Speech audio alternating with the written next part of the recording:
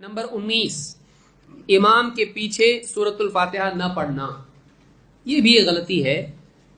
بعض لوگ امام کے پیچھے سورۃ الفاتحہ نہیں پڑھتے ہیں.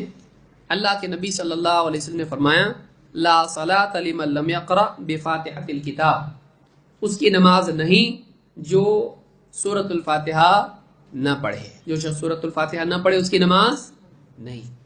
جس چیز کے بارے میں آئے کہ نماز نہیں، اس سے معلوم ہوتا ہے کہ وہ نماز کا رکن ہے، اس کے بغیر نماز نہیں ہوتی ہے. اس حدیث کو امام البخاری اور مسلم نے روایت کیا ہے. تو امام کے پیچھے یا اکیلے میں مقتدی ہو یا منفرد ہو، اس کو سورۃ الفاتحہ ہر رکعت میں پڑھنا لازم ہے، اس کے بغیر نماز نہیں ہوتی ہے. بعض لوگ کہتے ہیں کہ نہیں، امام کے پیچھے نہیں پڑھنا چاہیے، اور اہل علم کا اس میں اختلاف ہے. راجح قول اس میں یہ ہے کہ امام کے پیچھے سری اور جہری دونوں نمازوں میں سورۃ الفاتحہ پڑھنی چاہیے. نبی اکرم صلی اللہ علیہ وسلم فجر کی نماز پڑھا رہے تھے.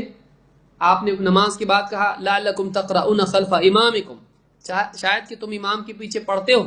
صحابہ نے کہا ہاں اللہ کے رسول، ہم جلدی جلدی پڑھتے ہیں، ہم جلدی جلدی پڑھتے ہیں. آپ نے فرمایا لا تفعلوا الا بفاتحۃ الکتاب، مت کرو ایسا، سوائے سورہ فاتحہ کے مت پڑھو، اس لیے کہ اس کی نماز نہیں جو سورہ فاتحہ نہ پڑھے. اس کو امام ابو داؤد اور نسائی وغیرہ نے روایت کیا. اس حدیث سے معلوم ہوتا ہے کہ فجر کی نماز میں جہری نماز ہونے کے باوجود، امام کے پیچھے ہونے کے باوجود، آپ نے بقیہ تمام سورتوں کے پڑھنے سے منع کیا اور سورۃ الفاتحہ کے پڑھنے کا حکم دیا. اور وجہ کیا بتائی؟ اس کے بغیر نماز نہیں.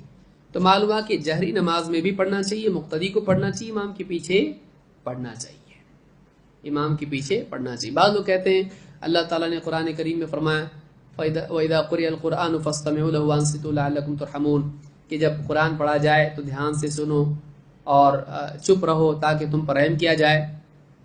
تو اس آیت سے معلوم ہوتا ہے کہ امام کے پیچھے نہیں پڑھنا چاہیے. دیکھیے یہاں پر اس آیت میں امام وغیرہ کا کوئی تذکرہ بھی نہیں ہے، اس میں مجرد قرآن پڑھنے کا ذکر ہے. جب قرآن پڑھا تو کیا امت میں کوئی اس پر عامل ہے کہ ایک آدمی قرآن پڑھ رہا ہو تو دوسرا کچھ بھی بات نہ کرے، چپ رہے اور دھیان سے سنے؟ اس کے لیے واجب ہے، وہ اس کا قائل نہیں ہے. بلکہ بعض حنفی علماء جیسے اشرف علی تھانوی وغیرہ نے بھی یہ بات کہی ہے کہ یہ اس زمانے میں وہ مشرکین ایسا کرتے تھے، اس کے لیے اس کا نماز سے کوئی تعلق نہیں ہے. انہوں نے بھی کہا ہے اس بات کو. اور آدمی دیکھے کہ اس پہ کسی کا بھی عمل نہیں ہے. مثلا آپ دیکھیے جو لوگ اس کے قائل ہیں کہ امام کے پیچھے نہیں پڑھنا چاہیے، اس آیت سے دلیل لیتے ہیں. اب اگر مثال کے طور پر فجر کی نماز کے لیے آدمی آ گیا، وہ لوگ کہتے ہیں کہ پہلے سنت پڑھو پھر امام کے ساتھ شریک ہو. مسجد میں وہ سنت پڑھ رہا ہے جبکہ امام قرات کر رہا ہے. اب امام قرات کر رہا ہے، تو کیسا پڑھ رہا نا؟ ہاں کیسا؟ بولے سنت ہے، چھوڑنا نہیں چاہیے اور اللہ کا حکم توڑنا چاہیے. تو ہم یعنی آپ غور کریں کیا دلیل ہے. پھر رمضان کا مہینہ ہے، تراویح چل رہی ہے، امام صاحب ہر 2-4 رکعت کے بعد بولتے ہیں جن لوگوں نے فرض نماز عشاء کی نہیں پڑھی ہے وہ تراویح میں شریک نہ ہوں، پہلے فرض پڑھ لیں اس کے بعد تراویح میں شریک ہوں.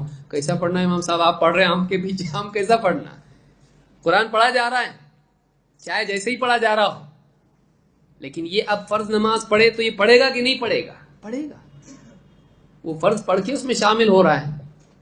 تو اب وہ حکم کہاں گیا؟ قرآن کا منسوخ ہو گیا.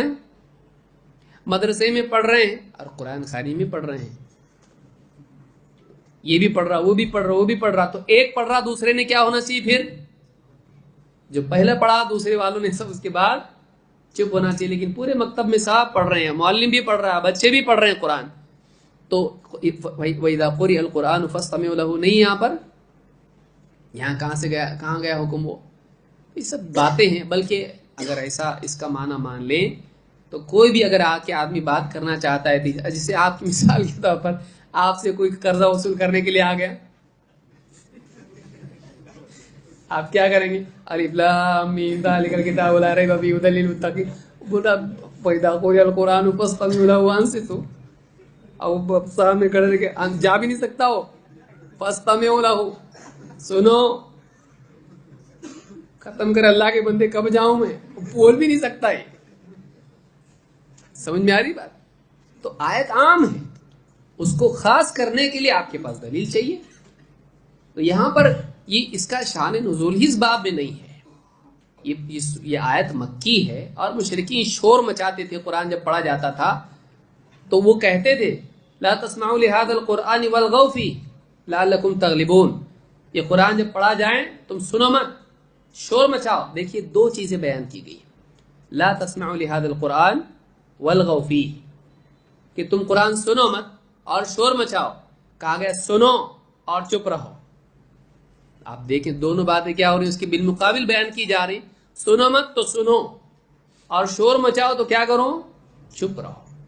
تو یعنی یہ چیز علم اگر نہیں ہوا آدمی کے پاس تو کچھ بھی بولتا ہے۔ اور بعض علماء کا فتویٰ دینا کہ ان کا کہنا ہے کہ اس باب میں ہے، کسی عالم کے قول سے اگر دلیل ملتی ہے تو پھر امام البخاری سے لیجئے، انہوں نے پوری کتاب لکھ دی کہ امام کے پیچھے پڑھنا چاہیے۔ عمر ابن خطاب کا آپ نام لیتے ہیں طلاق کے مسئلے میں، فلاں مسئلے میں، تو آپ حضرت عمر ابن خطاب رضی اللہ عنہ کو دیکھیے، ان کا فتویٰ ان سے پوچھا کسی نے ہم امام کے پیچھے بھی پڑھیں، کہا ہاں امام کے پیچھے بھی پڑھو۔ تو ابھی کس کا فتویٰ ہے؟ خلیفہ راشد کا نہیں ہے۔ تو مسائل میں اختلاف ہوتا ہے، اس کی بنیاد پر کسی کو گمراہ نہیں بولنا چاہیے۔ دلیل کا تقاضا یہ ہے کہ امام کے پیچھے پڑھنا چاہیے۔ تو اس حدیث سے بات معلوم ہوتی ہے کہ امام کے پیچھے پڑھنا چاہیے۔